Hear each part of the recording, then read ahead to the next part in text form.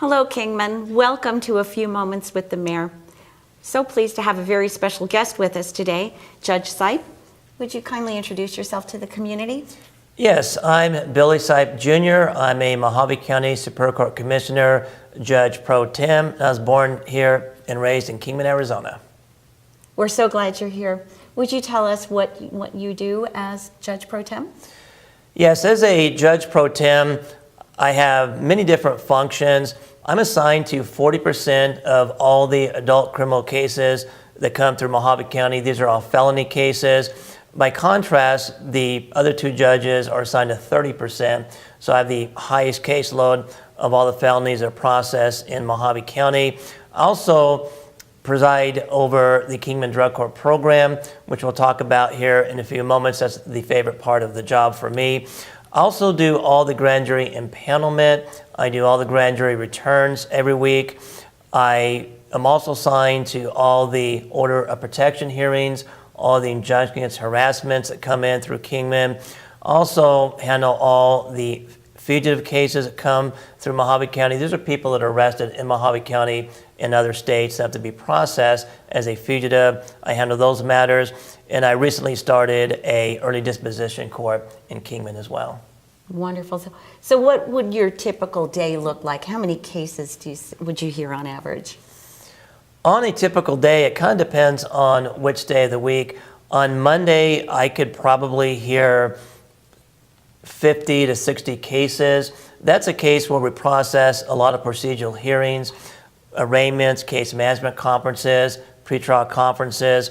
And so those are a very busy day on my calendar because we're processing a lot of procedural cases. Thereafter, I might be in trial, and if I'm in trial for a couple days, and the only thing I'm really doing that particular day is a trial. If I'm not in trial, then each day is extremely busy doing what's called change of plea hearings, judgment and sentencings, and evidentiary hearings. That is a very full schedule. This program is designed to recognize people in the community that are innovative and work hard to make Kingman a better place to live. Kind of the unsung heroes, if you will. And you're here today because we understand you have a very exciting and successful program. And would you care to talk about drug court, what it is, what is your objective, and share some of the successes? Yes, drug court is a very effective program in Mohave County. There are 6 drug courts in Mohave County. For each city, Kingman, Bullhead City, Lake Havasu City, there is an adult and a juvenile drug court. I preside over the Kingman Adult Drug Court program. And what drug court is, it's called a problem-solving court. On a daily basis, I sentence people who have committed crimes in the community, and the objective is simply to punish the people for the crimes they've committed. A problem-solving court is just that. It seeks to solve the underlying problem. There's some punishment aspect to it, but the main goal is to really solve the problem that underlies the issues the person has and brings them in the criminal justice system. Drug court obviously is to address drug addictions. We do not accept people who are simply drug users. We take people who have drug addictions, and the goal is to provide them the resources, the facilities, the guidance, the counseling, everything that goes involved in trying to help these people become clean and sober, and therefore become productive members of the society. Because people who do not resolve their drug addictions are going to continue to commit crimes in the community, which among other things is very expensive for the taxpayers. So by being able to resolve the drug addiction, we're also decreasing crime in the community, which also helps financially the expenses that are involved when people are interjected in the criminal justice system. So someone comes before you and they are drug addicted, have committed probably a crime to support that addiction. Walk me through the process of what drug court looks like. Well, what drug court is there's first of all a screening process. So a person just can't walk into drug court. They first have to be on probation. So a person, unfortunately, just cannot come into the community as a private citizen who has a drug addiction and be in our program. It's a program that, again, is through the Mohave County Superior Court. So you have to be involved in the Mohave County Superior Court to be part of drug court. Now, I don't suggest anybody go out there and commit crime simply to be involved in drug court.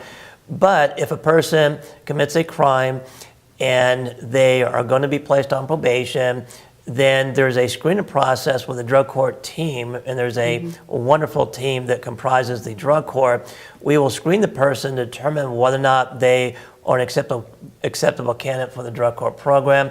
There are a few things that will exclude somebody from drug court. If they've committed a violent crime, that will exclude them.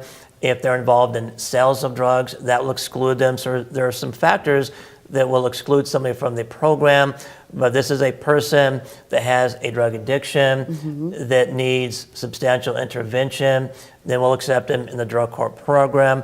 Once you're in the drug court program, it is very intensive. The drug court program lasts anywhere between about a year and a half before the person can graduate from the program. Okay. There are 4 phases: phase 1, phase 2, phase 3, and phase 4. It typically takes a drug court participant anywhere between 3 to 4 months to complete a phase, and then once they complete phase 4, then they'll graduate at the next ceremony. The graduation occurs every 6 months in Mohave County, and we rotate between the 3 cities. What are the phases? Phase 1? Phase 1 is what's called engagement. Okay. And when people come into drug court, again, these are not drug users, they're drug addicts.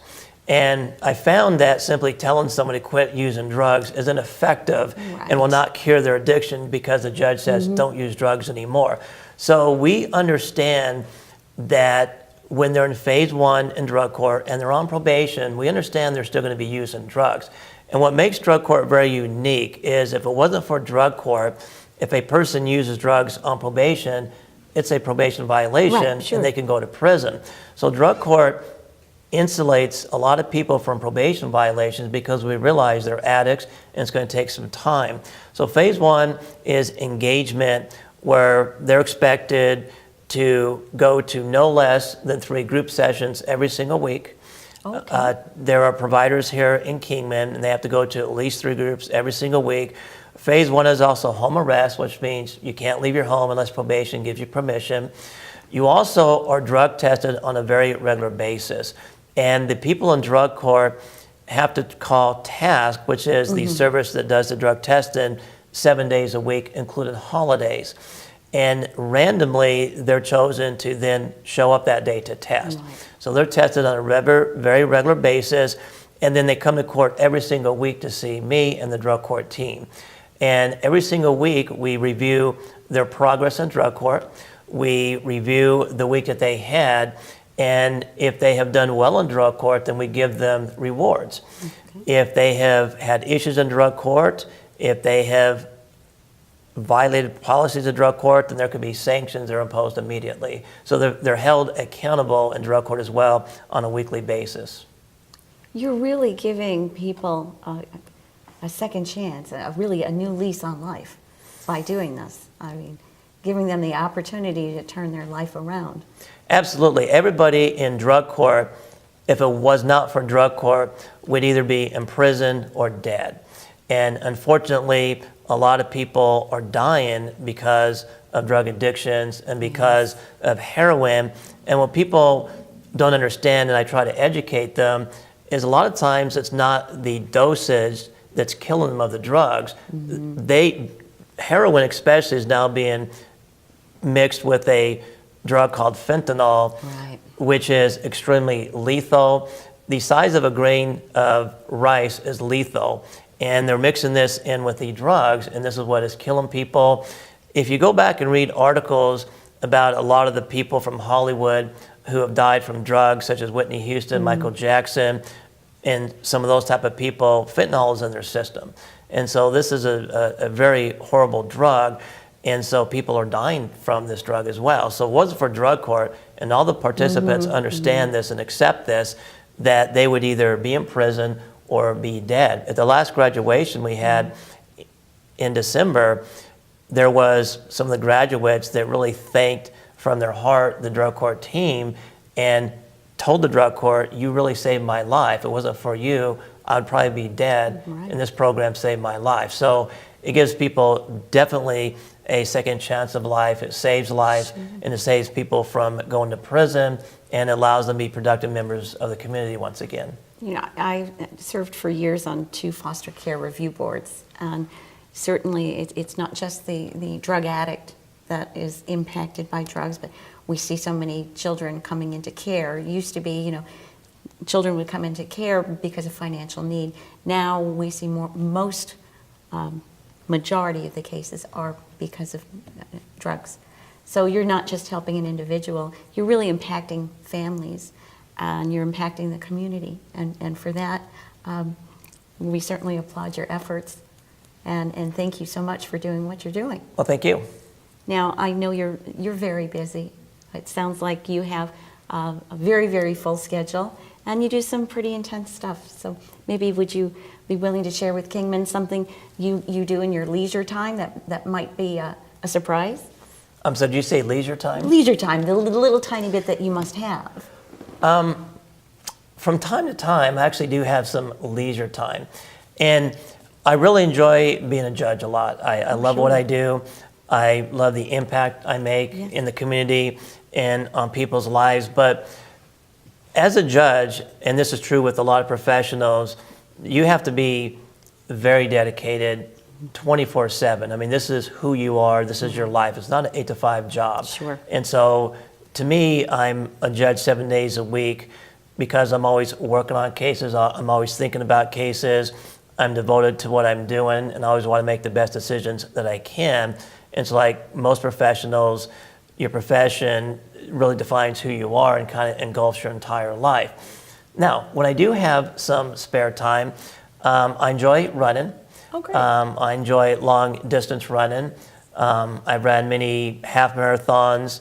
I ran the New York City Marathon a few years ago. Oh, that's exciting. So I enjoy running, and I love the benefits of running as well. Sure. The other hobby that I enjoy doing, and I don't really talk much about this, it's just something I enjoy doing, is I restore vintage dirt bikes, vintage being from the Wow. 1970s.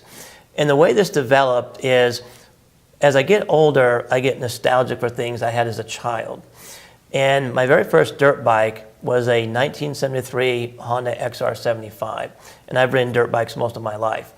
And I wanted to have another dirt bike just like I had as a child. And I did some research, and I found out that people restore these. And I really love doing things of that nature. I love building things. I love mechanical things. So I went online and I found 2, a couple $100 a piece because they're not in very good shape. And I spent a lot of time. It was very rewarding restoring them. And because I'm a obsessive compulsive type person, one dirt bike has now led into 10 dirt bikes. Oh my goodness. So I continue to restore dirt bikes. They have to be from the That's 1970s. And that's something I really enjoy doing. I love working on things, love building things and recreating things. Oh, that is really interesting. I'm a bit of a runner myself. I've participated in 5 half marathons. My legs aren't long enough to do a full marathon. And one year, I was very fortunate. I took 3rd place for my age group. That's fantastic. Yes, except I put my age down as 97. That was the only way I was going to get the ribbon. But anyway, I want to thank you so much for your time and enlightening the community on what you do. And I very much appreciate all your efforts in making Kingman a better place. Thank you. Thanks for watching.